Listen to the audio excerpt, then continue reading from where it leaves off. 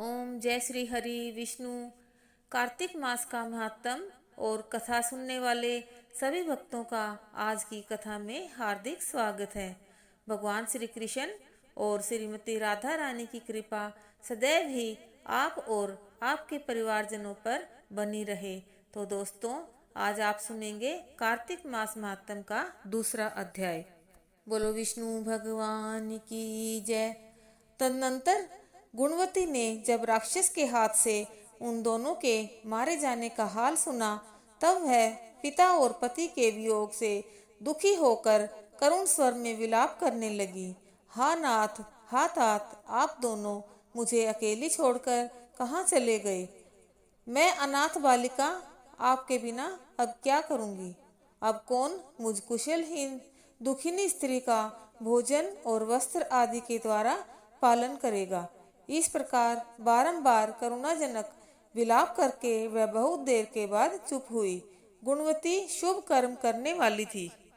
उसने घर का सारा सामान बेचकर अपनी शक्ति के अनुसार पिता और पति का पारलौकिक कर्म किया। तत्पश्चात वह उसी नगर में निवास करने लगी। शांत भाव से भगवान विष्णु के भजन में समय बिताने लगी। उसने अपने जीवन भर दो व्रतों का विधि पूर्वक पालन किया, एक तो एकादशी का उपवास और दूसरा कार्तिक मास का भली भांति सेवन। हे प्रिय, ये दो व्रत मुझे बहुत ही प्रिय हैं। ये पुण्य उत्पन्न करने वाले, पुत्र और संपत्ति के दाता तथा भोग और मोक्ष प्रदान करने वाले हैं। जो मनुष्य कार्तिक में स्नान, जागरण, दीपदान और तुलसी वन का पालन करते हैं, वे साक्षात भगवान विष्णु के स्वरूप हैं। जो लोग श्री विष्णु मंदिर में झाड़ू देते हैं, स्वस्तिक आदि निवेदन करते हैं और श्री विष्णु की पूजा करते रहते हैं, वे जीवन मुक्त हैं।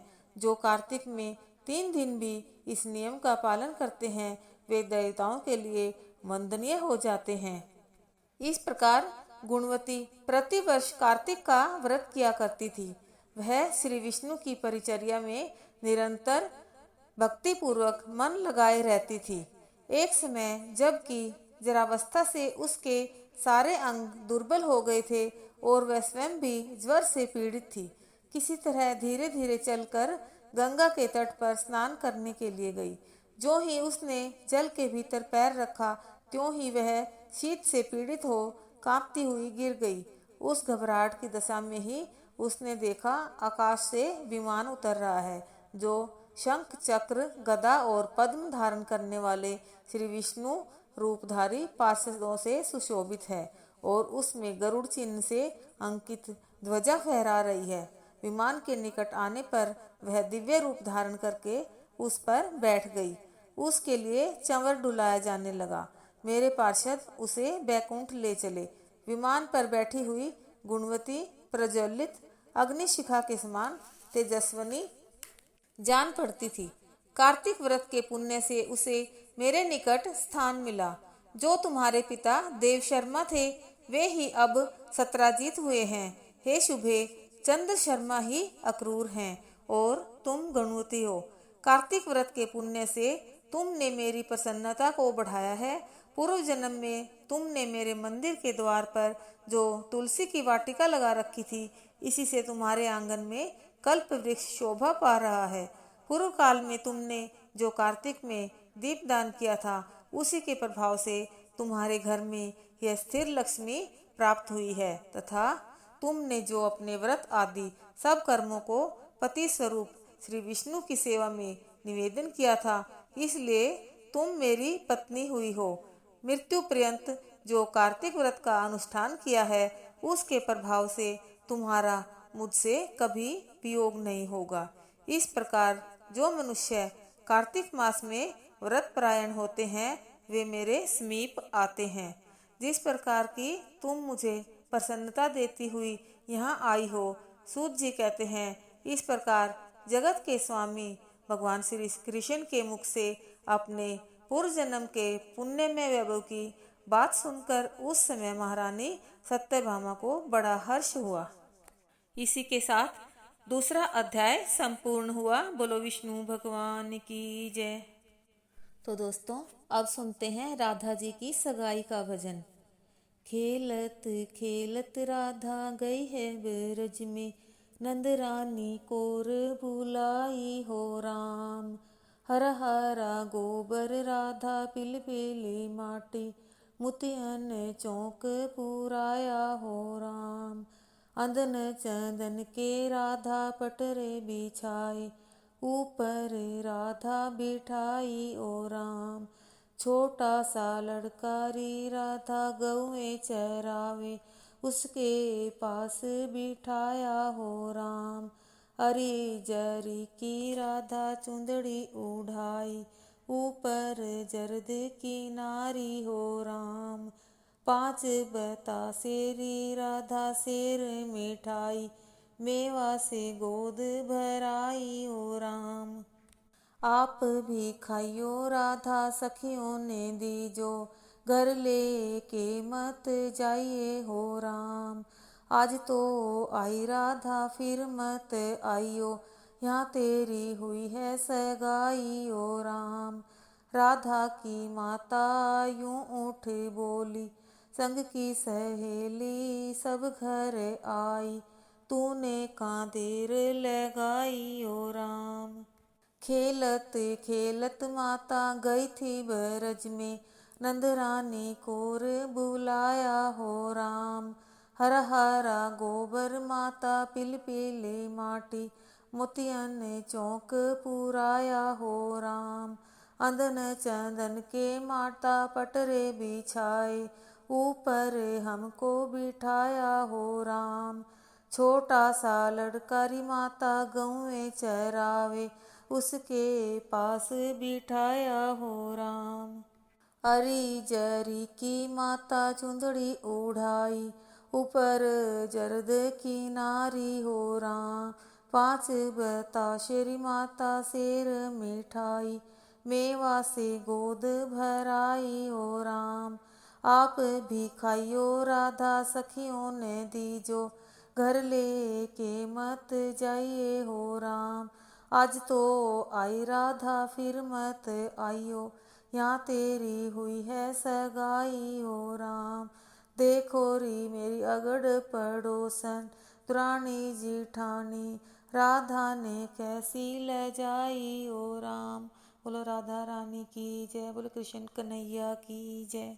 तो आइए दोस्तों, अब करते हैं पहले यमुना जी की आरती। ओम जय यमुना माता, हरि ओम जय यमुना माता।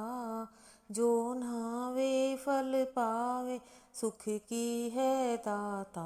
ओम जय यमुना माता।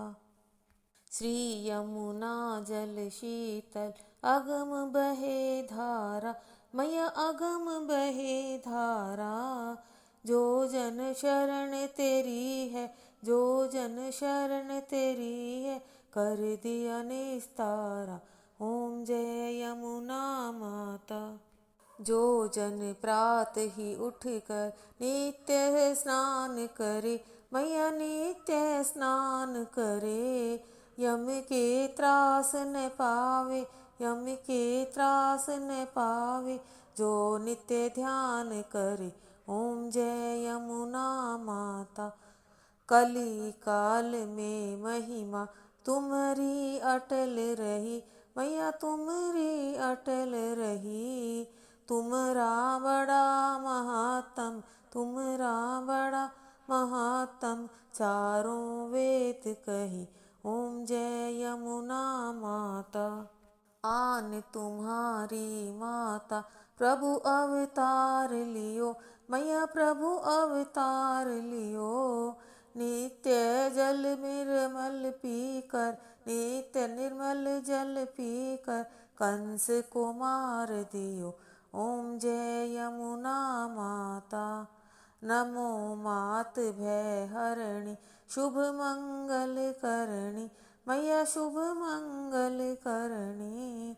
मन बेचैन भया है, मन बेचैन भया है, तुम बिन वैतरणी। ओम जय यमुना माता, ओम जय यमुना माता, मैया जय यमुना माता। जो नर जो नहावे फल पावे, सुख की है दाता।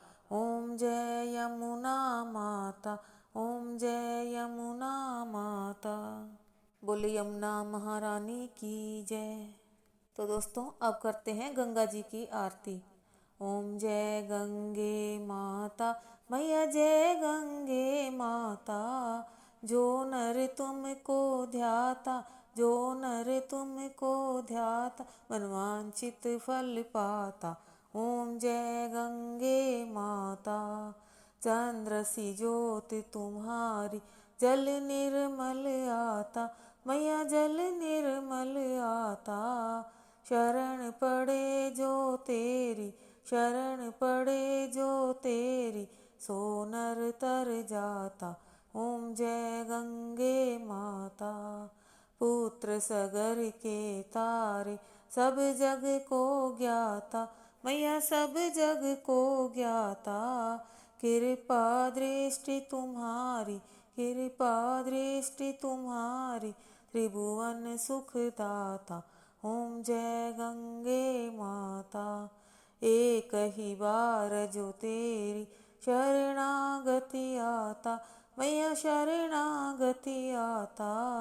यम की त्रास मिटाकर, यम की त्रास मिटाकर, परम गति पाता। ओम जय गंगे माता।